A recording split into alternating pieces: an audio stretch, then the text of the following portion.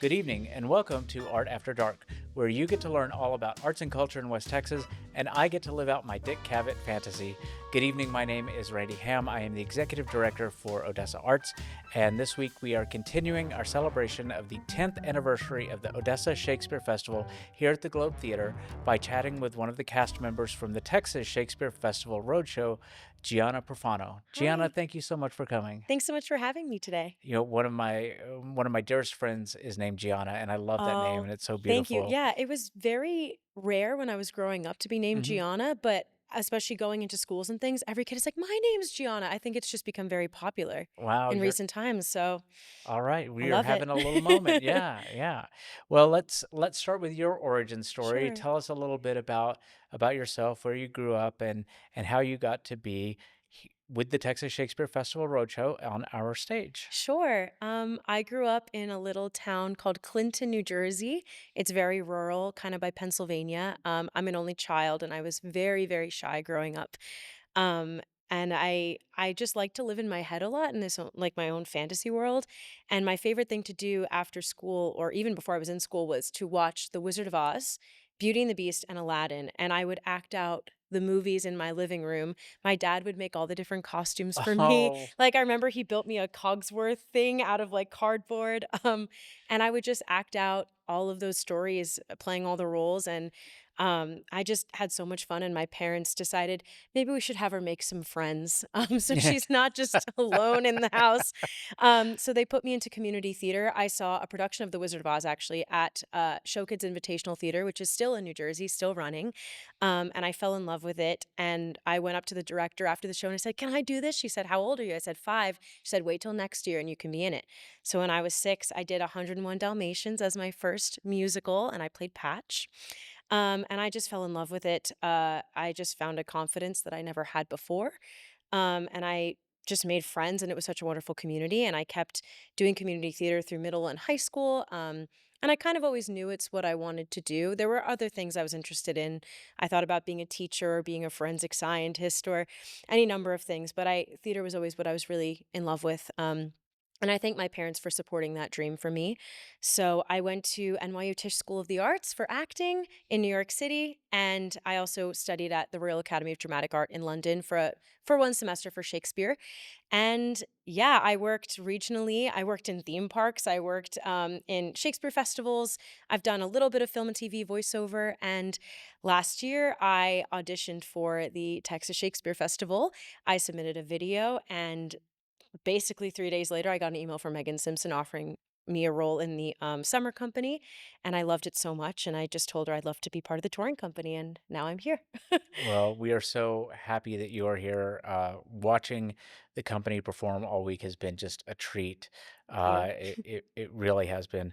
Um, so when you were acting out your Wizard of Oz, Yes. what was your favorite part to play Oh, from the? I love this question because my favorite character growing up was always the Tin Man. I loved the Tin Man. No, Yes. I played the Tin Man. Wait, can I tell you I did too in 7th grade? No way. I All played the right. Tin Man in 7th grade. I say I was in The Wizard of Oz. Everyone said, "Oh, were you Dorothy?" I'm like, "No, I was the Tin Man." I would love to play Dorothy though someday. Yes, I love the Tin Man. I especially loved the dance he would do at the end of his Hmm. song. My parents would laugh for so long just watching me do that dance. So when I did the show, I said, "Can I do the dance from the movie?" They probably thought I was insane, but yes, I love the Tin Man. And that movie is so special to me because my papu, my mom's dad, passed away when I was 1. And he loved The Wizard of Oz. He loved The Cowardly Lion. Oh, So I also love The Cowardly Lion. oh. I will say I loved playing the Tin Man as well. It was Hmm. such a great part, except for the costume, Yes. right? And Like, finding like silver behind your ears for the right, rest of right, and that you must be couldn't how sit Elphabas down. feel on Like Broadway. I could not sit down for the once I had the costume on, could not sit down. Couldn't sit. Yeah, it was awful. That's so fun though. But it it's such it's so rewarding to me to hear how much of a cultural touchstone Wizard of Oz is for people that go into the arts. I mean, it Yeah. really made such an impact at any age, and so that is phenomenal. Um, how did Shakespeare enter the picture in your life? Yeah, I grew up only doing musical theater, really. And also, I'm a classically trained singer, so I sang some opera, did that kind of thing.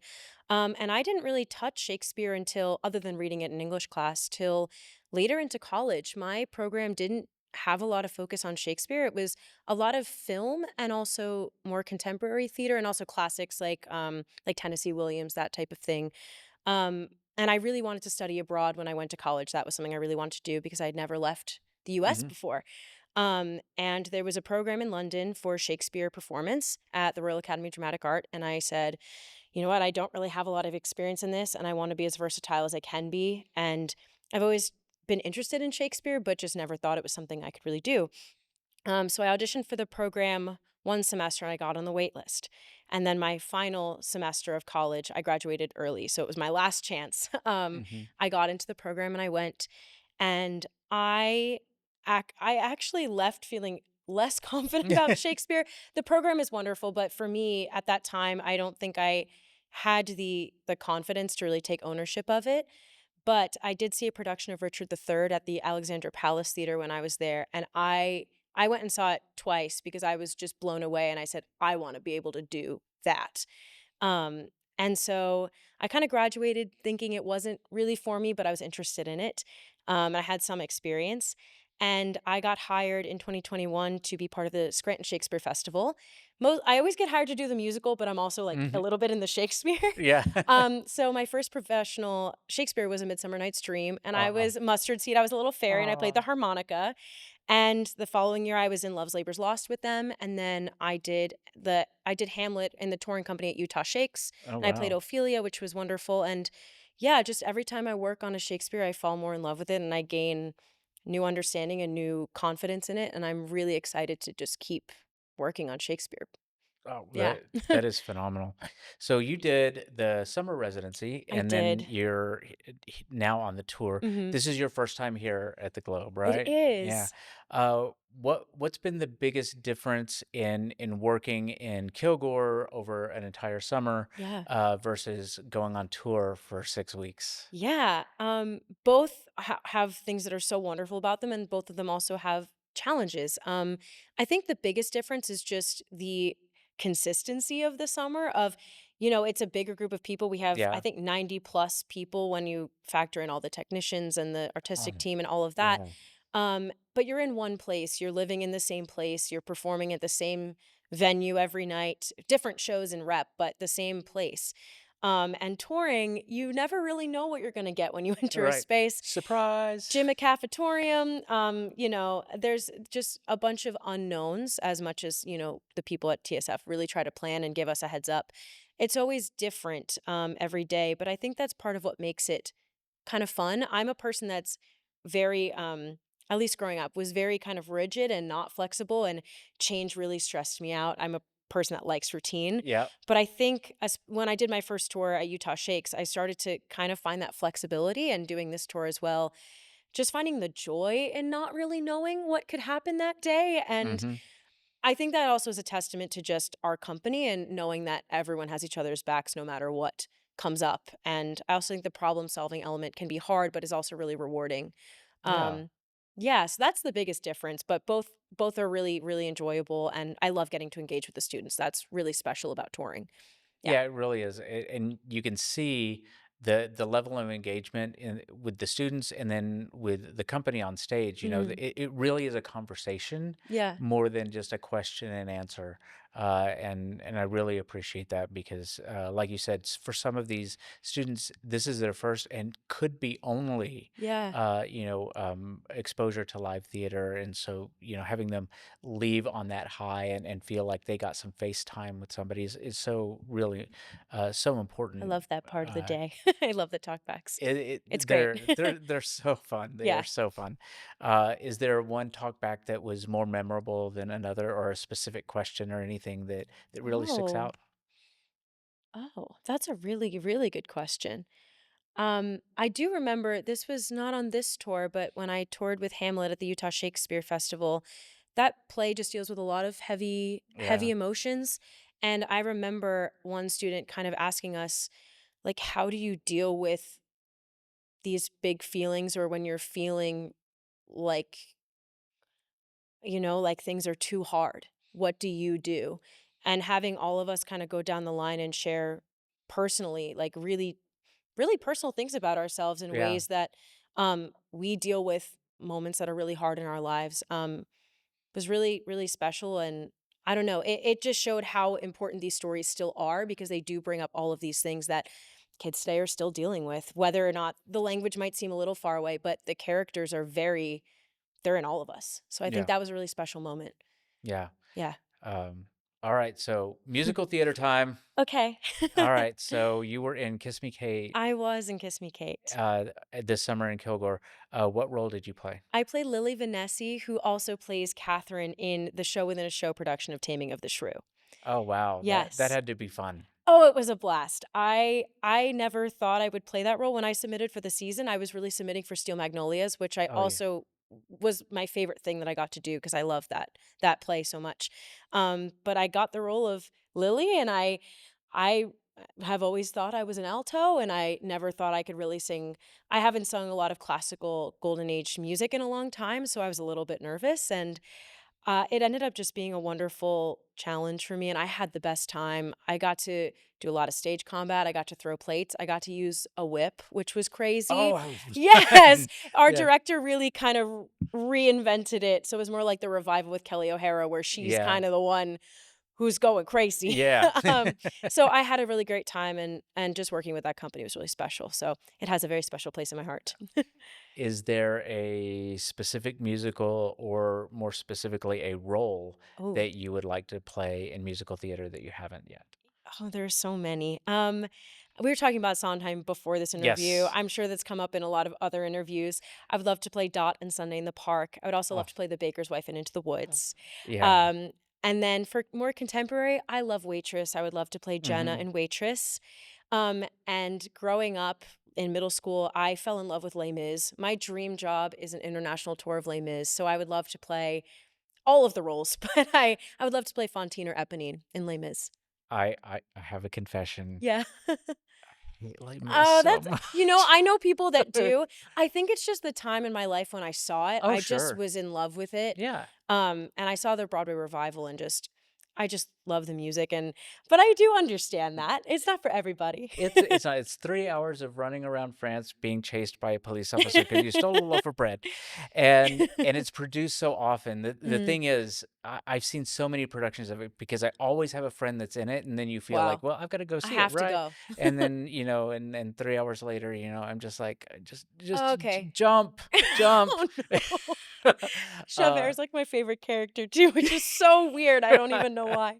Uh, But, Into the Woods is kinda like that for me because it found me at a very specific time in my life, mm, and sometimes I forget about that because it was my gateway drug to Sondheim, and then I found all of these other things that I love so much, Sunny in the Park with George and Gypsy and mhm. all of the things we were talking about, Company, so until somebody says Into the Woods like you did, I was like, "Oh, yeah, I forgot." It's so I love good. that so It's so much. classic, and it just always hits for me in a new way every time, and Mhm. I resonate with different characters or want to play different characters at Right. different points.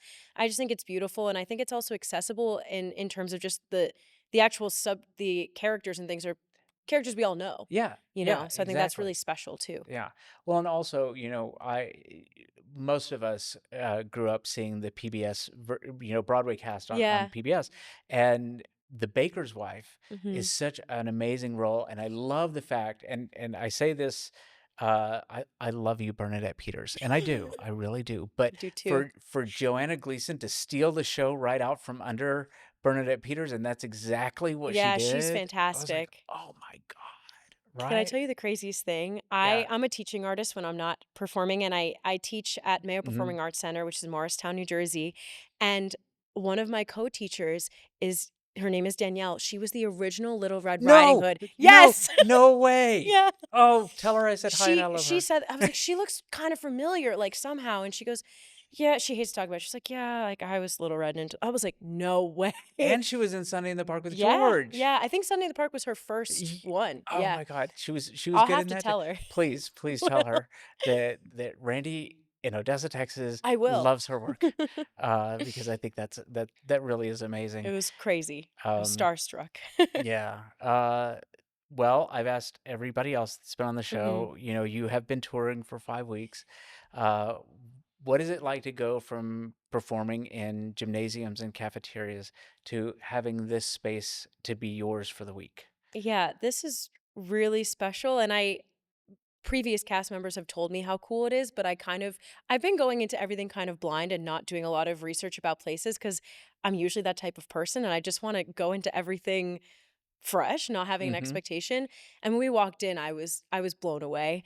Um, it's I don't know what it is. I think it's just because it's so close to what it would have been in Shakespeare's day. There's something so empowering about it and makes you just feel like, yeah, I can speak these words and I should be doing this, and I don't know, there's like a strength that comes from this space. I also think there's something to be said for being in the same space multiple days in a row Mhm. because when you do something once in one space, you could be like, "Oh, this could have worked better if I did this." Yeah. Here, it's kind of cool because you can try Yeah, again. you can You fix could it. be like, "Hey, it'd actually be really cool if I entered this way." And I think there's just a lot of space to play. Um, and it's kind of cool doing a show in one place and then having all these different people file through and just knowing how many Yeah. students come through this one venue this week is really special. So, and it's just I don't know, it's just been really wonderful experience. So thank you for letting us be here year Oh, after year. are you kidding? It is my honor to have you here. I really appreciate the time that you are giving to us today and the work that you and the company are doing day after day. I mean, I say this all the time, but we really put you through your paces because you walk in on Sunday and you start blocking Mhm. and you are just working until you leave on Saturday night.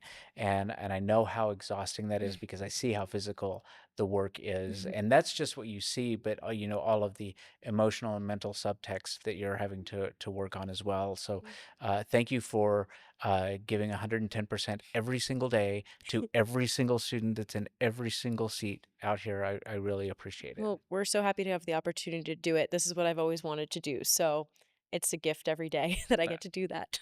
Well, Gianna, thank you so much for being here tonight, and join us next time when we continue to celebrate the 10th anniversary of the Odessa Shakespeare Festival right here on Art After Dark. Good night.